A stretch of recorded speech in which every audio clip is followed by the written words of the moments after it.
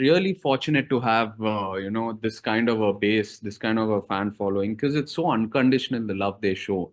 I mean, whether you're doing well, not doing well, no matter which point in life you are in, they are always there for you, rooting for you, and just encouraging you with whatever you do. So it's not because of me; it's because of my family that I've been gifted with this kind of a fan following. So I consider myself extremely lucky to have them, and I keep reminding myself, that it is. I need to do this, if not for myself, at least for them, because seeing a smile on their face means a lot to me. Good morning. I'm in conversation with Naga Chaitanya, who makes his web series debut with Dhootha, which is a Telugu supernatural series. I'm hooked, I can tell you that. I'm also weirdly appalled at the on screen character that he plays. I think it's a great creative risk that you've taken, Naga. You're not a very likable protagonist in this one. Let me put it out there. You play a journalist with a very murky moral radar. So perhaps you could tell me, like, is that what attracted you Yeah, to the? I think I was in a phase as an actor where I sort of wanted to come out of my comfort zone a bit. I was doing a lot of love stories, family entertainers, and action films over here. I'd never played something gray before, and never played a character with so many layers. So when I heard the narration, hearing Saga's character out instantly excited me, because I thought it was a great opportunity to push myself, showcase myself differently to the audience, because they've been used to watching me in a certain kind of texture. So to just consciously come out of that and push myself, and also convince them that I could be convincing with something like this. Of course, and when you took the plunge, you really went rogue. There is no middle path for you, is there? Like you just went completely dark on us, and that to me was also very, very interesting because, like you said, I've seen you in like playing these vanilla roles. Like you're the go-to guy for the guy next door, and Right. suddenly you have somebody like the narcissist in you in that particular series. That's what fascinated me. Like, was it disturbing to play this, or? Uh, it was. I look at it purely as an actor. Even though the role is, it starts off neutral and then Saga's character gets dark. But what I like about it is the character arc. So there is a round off at the end. There is a reason. He realizes his mistakes. There's a lot of introspection that happens to him during the course of the episodes, and then he realizes, the kind of danger he's put his family in, the kind of danger he's put himself in purely because of his ethics and because of the way he's doing things, and how he realizes that and tries to correct that by the end, and also subtly throwing out, a thought to the audience, something to think about by the end of the series, about ethics and the way of life and all that. So this entire character arc did excite me. Right. Naga, like you said, there is redemption at the end, but web series now, they are exploitative. If there is a serial killer like Jeffrey Dahmer, for instance, they go very dark. There's no redemption there. It's a true life crime story.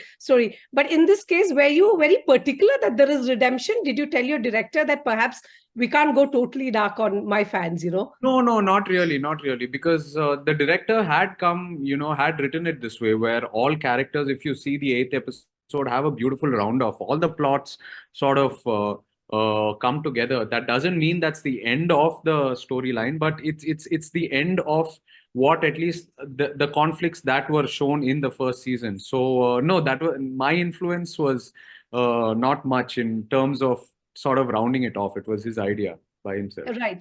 Yeah, Right. Do you think that we should separate the art from the artist? Sometimes people often question actors on why you took a certain role when you have a certain image to think about, etc. Were you also very mindful of that people emulate you, etc.? As an actor, do you think you are not bogged down by it, or are you? see, when I decided in my head, like when I do OTT, I want to like completely explore myself as an artist.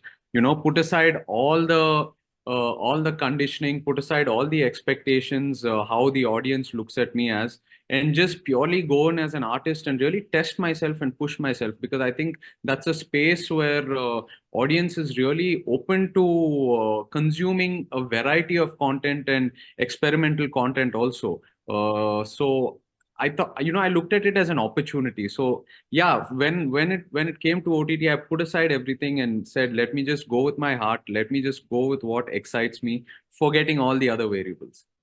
Right. What about the emotional toll it took on you? I remember, I think, was it Nicole Kidman? She said after Big Little Lies, she went home and threw a stone against the window and it broke. And she's like, she played a domestic abuse victim in Survivor in that. So Right. she had a lot of toll. What do you do? Do you just switch off? Do you go home and say, listen, Sagar Verma is a terrible human being, but having said that, I need to separate. Did you have, or do you take work home?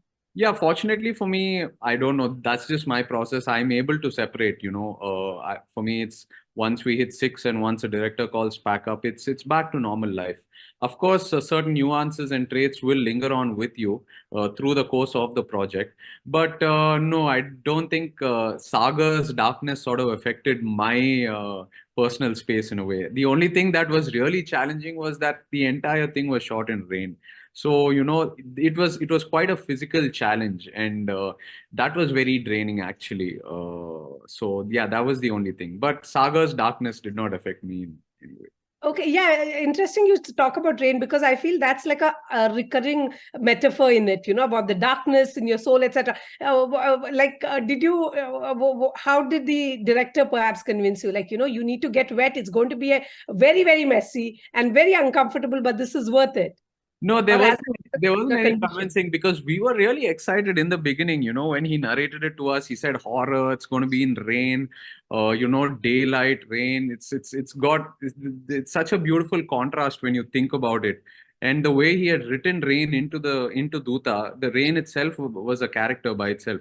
So honestly, both of us didn't know what we were getting into until we actually started shooting. I think by the fourth or fifth day, we were like, okay, now this is the actual challenge more than everything else. But yeah, it's just like any other film or any other series. You go through all the hard work, and when you're in it, you feel like, oh my God, how am I going to get through this? But when you watch it on screen and the audience is throwing in all the positive, response and reviews, you forget about everything. It's all worth it. Of course, and in this series, you throw a shade on journalists. You have shown how it's commodified, how revenue is more important, and the way you do it reminds me of. They're not as dark, but yeah, mostly telling who'll pay your salaries. Come on, this story is not important. Did you go through some the editors? Did you like what was your legwork like? No, it is set up in a world of journalism. That's how the director set it up. But for me, it's not about specifically talking about the profession of journalism or anything like that. It's just a general sort of outlook on when ethics are sort of misused or the lines are blurred. The ripple effects can be huge. So I think it's something that everyone can think about from any space of life. It's just not targeted to journalism. It's just that this season was written in the world of journalism, but it's not targeted to journalism in any way. Right, and also it hangs on ends on a cliffhanger note. I jumped to the last episode as Okay. well, just Yeah. to get. There is definitely a second season coming. I feel. I mean, that's me. Is that a great thing for an actor just to know people are talking about it? There's a lot of chatter on social media on the ending, the spoiler. My God, I was googling it and I was very fascinated by the theories. Are you equally like, this is it? Like as an actor, I can really sink my teeth into this role. Like. Yeah, I'm. We all want a second. We're super excited. I mean, we haven't thought about it yet. Vikram's got a few ideas in hand. He's still yet to pen it down. But yeah, we're all excited and looking forward to the second as actors and even as viewers. We've gotten the encouragement from the audience, so I don't see why we shouldn't have one. Of course. And Naga, you come from a family of actors. Do you guys go back and discuss your work? What did your dad and your mom? She's amazing. She's like my girl crush since childhood. I'll tell you that. What did she say? And what did your dad say? Perhaps your entire family did. What was their input into it? Did they give you a pat on the back and say, well done, son, you have jumped to the dark side? Uh, no, see, dad has always been encouraging to try out new things. He believes in that sort of ideology that you have to be unique to yourself. And the only way you can be unique to yourself is by pushing yourself, coming out of your comfort zone and trying something, surprising the audience from time to time with something totally different. And that's the only way you will be relevant also as an actor if you want to be here for the long run. So yeah, in fact, last night also I was just talking to him. He was thrilled by the whole concept because he had no idea about it. He's been watching it over the last week, and he's been so encouraging and so excited. He was really appreciating every aspect of it, from the cinematography to the writing to the acting to the screenplay, every part of it. And your mother? Yeah, I believe she's binge watched it as well. So yeah, they all are sharing the same thought. All right, I love it. And there's a scene in episode 4, I think, where you're in the hospital speaking to your colleague and peer, whom I don't want to give spoilers away. And the kind of selfishness that you displayed in that scene, in most scenes actually, during your interaction with your peer Amrita, is shocking. It also shows about how men are like, you kind of, it is a portrait of most men out there who are so, and women who are very self-involved these days. Did you at any point like question the motives of your character? Yeah, I'm for sure. I'm saying that that's the whole point why I did it, because of the layers that Sagar's character goes through. I feel in many phases in life we go through all sorts of roller coasters. There are times when we sort of derail from our path, and then we realize, and then it's the beauty is how we fix ourselves and come back on track. So yes, it was Sagar's character gets extremely selfish at a point, but it had to be pushed to that point of selfishness and that point of gray or black or whatever you call it, to actually turn him around and bring it back. So that turnaround is the beauty in the writing. So yeah, coming back, yeah, that's exactly what excited me about Sagar.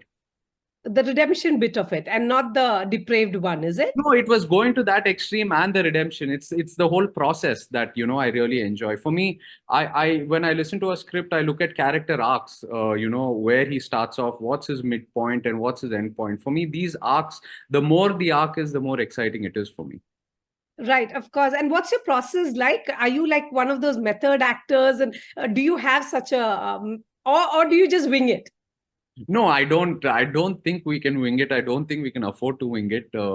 But I'm not. I'm not a method actor per se as well. For me, it's about my director is my biggest strength. To be honest, it's about sitting with him, talking about the character. Understanding his thought process behind it. Sort of mimicking him a bit.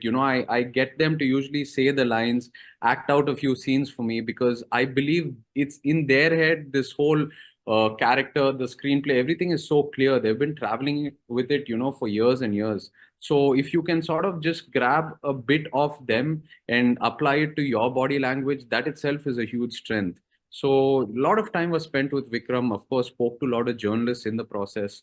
Did up a lot of reading, and yeah, these are my tools. Method acting as such, I don't know. I don't know how to do it. I ask this because you work with Amir Khan, who Yes, claims that in several interviews he said, "You know what? I need to know what is going to happen every second." So yes, I'm very fascinated because when you meet people, you change, right? You evolve. Like I meet writers, I evolve as well. I'm sure it happens with actors with like you. Did yes. you like take a bit from his school set or his tools, as we call it? Yeah, absolutely. Like he said, he needs to know what's happening. It's the same with me. I think the more clarity I have on things, the better I'm able to perform, and I'm approaching work with a much clearer mindset. It's only when there's doubt and when there's a little bit of confusion or question marks, it really shows on screen on your performance. So yeah, that's something I've learned from him. Apart from that, I've learned so much more from him. It's like those 6 months time spent with him was like actually going to school for acting and also on being a human being. I mean, he's a lovely person. You graduated in life with honors. The movie may not have done as well as we thought, but Yeah. I think you have met both success and failure. Like I feel, I don't know, I'm just making a deduction here that you treat both the imposters the same. Like, I you don't think take it too I think seriously. both are equally important in life. I mean, there's no it's not healthy to have life with only success, or it's not healthy to have life with only failures. You have to taste both to actually come out of it and keep evolving. You need to have a balance of both to keep evolving, because I think failures teach you so much in life that no one can teach you. It's only experiencing them and figuring out why things went wrong and coming out of them that actually makes you evolve as a person. So yeah, it's I'm happy. No complaints about whatever I've gone through. I've enjoyed all the successes. I've been sad about the failures, and I have learned from them. So yeah, I'm really happy with where I am.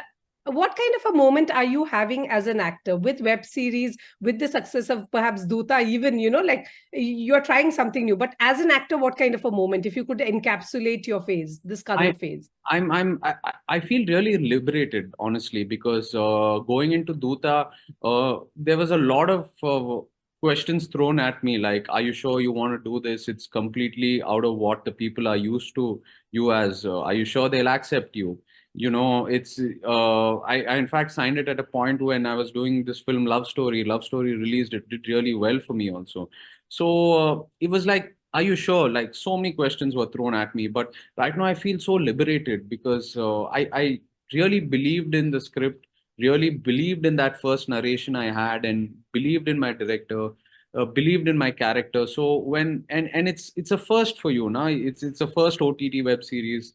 It's the first horror supernatural thriller that I've attempted. And when so many firsts work, and when so many questions are answered with success, it's such a liberating feeling. So yeah, that's what I'm going through. Excellent. You have tasted blood, as we call it. And I think you're going to definitely go the dark side. This is my last question to you. I love the fan army that you have. They are more protective of you than anything else. Any slight, shade on you, and they're like, "Oh no, he's the bad." Are those fans your biggest strength when your life is like, even in the dumps or doing really well Yeah, career-wise? we're really fortunate to have this kind of a base, this kind of a fan following, because it's so unconditional, the love they show. I mean, whether you're doing well, not doing well, no matter which point in life you are in, they are always there for you, rooting for you, and just encouraging you with whatever you do. So it's not because of me; it's because of my family that I've been gifted with this kind of a fan following. So I consider myself extremely lucky to have them, and I keep reminding myself, that it is. I need to do this, if not for myself, at least for them, because seeing a smile on their face means a lot to me. Excellent. You have put a smile, not a smile, a frown on my face so far, but still you're doing so well. Thank you for entertaining us.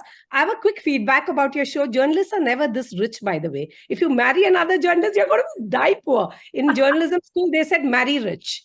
That's the only piece of advice our great editors gave us. So it's very intriguing to see you rich journalists, walking the. I'll tell Vikram this. Yeah, just a feedback, just a feedback. But yeah, but you know what? You got to do what you got to do. Yeah. Thank you so much for entertaining us, Naga. Thank you. It's Thank you been a so much. pleasure. Lovely speaking to you.